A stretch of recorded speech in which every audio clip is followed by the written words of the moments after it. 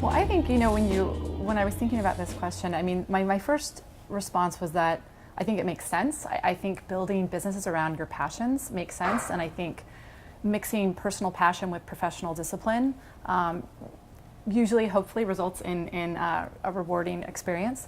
But I don't think it should be limited to just, fashion, mommies, and beauty. I mean, I think that, as we talked about, women should be exposed to a wide range of different things and have an opportunity to build businesses around their different passion points. I completely agree. I think that personal passion is what starts a lot of women-started businesses, but passion is not going to create a scalable business, and you have to, once you're really passionate about something, you have to start a successful business and pay attention to your balance sheets or ROI or the business aspect of it. I think something that's also really interesting is women understand women. I'm building a product for my generation of brides.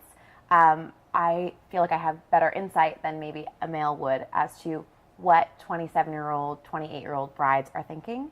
And I'm really building a product that solves a problem that I faced when I was going through the wedding planning process with my sister or my best friend.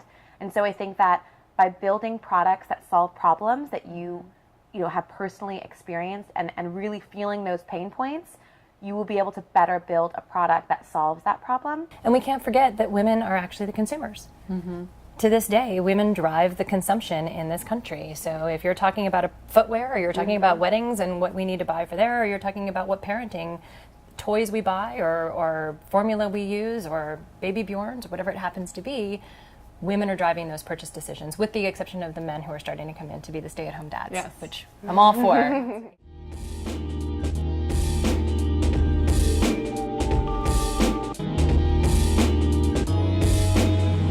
My simple answer is usually balance is bullshit. I agree.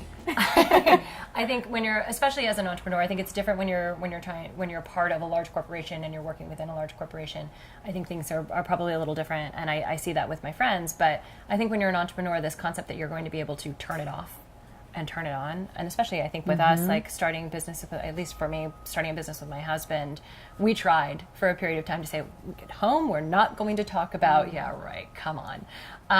It's always on because this is your passion, you're always building it, you're always growing it, you're always thinking about what's next, what's the opportunity, where can we go, did I make the right decision on that, what is the decision I should make on this?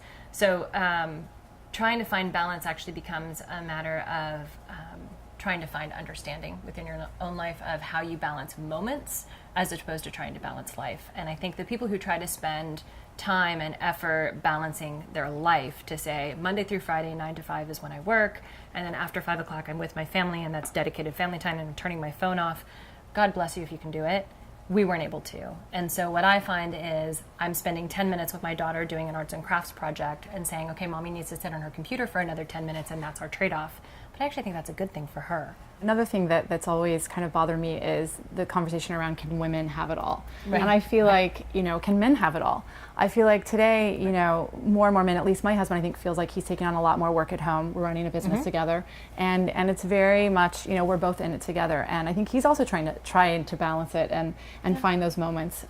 So I would say that neither of us can really have it all. And it really frustrates me that it's always focused on women. Like, can women have it all? As if men always have it all. And I do think we are a part of a generation today of women that have fought to have more than we did. And now we do. I think we're now trying to figure out how to balance it all. And I think the next generation will absolutely, carve new paths for us. And there will be some inverse. I think we were hoping that we get to a point today. I think the hope was that, especially based on the number of women who were graduating from college in the 70s and even early 80s, that we were hoping that by today, at this point in their careers, that they would be the CEOs, there would be this 50-50 split in the boardroom. And we haven't gotten to the 50-50 split in the boardroom yet. We've crossed over the majority of the working population, but we haven't gotten to the 50-50 split in the boardroom. I think it will take that 50-50 split in the boardroom to ultimately change the work-life balance for everyone. I think it'll be very interesting. And I think we're heading in that direction, which I think is exciting.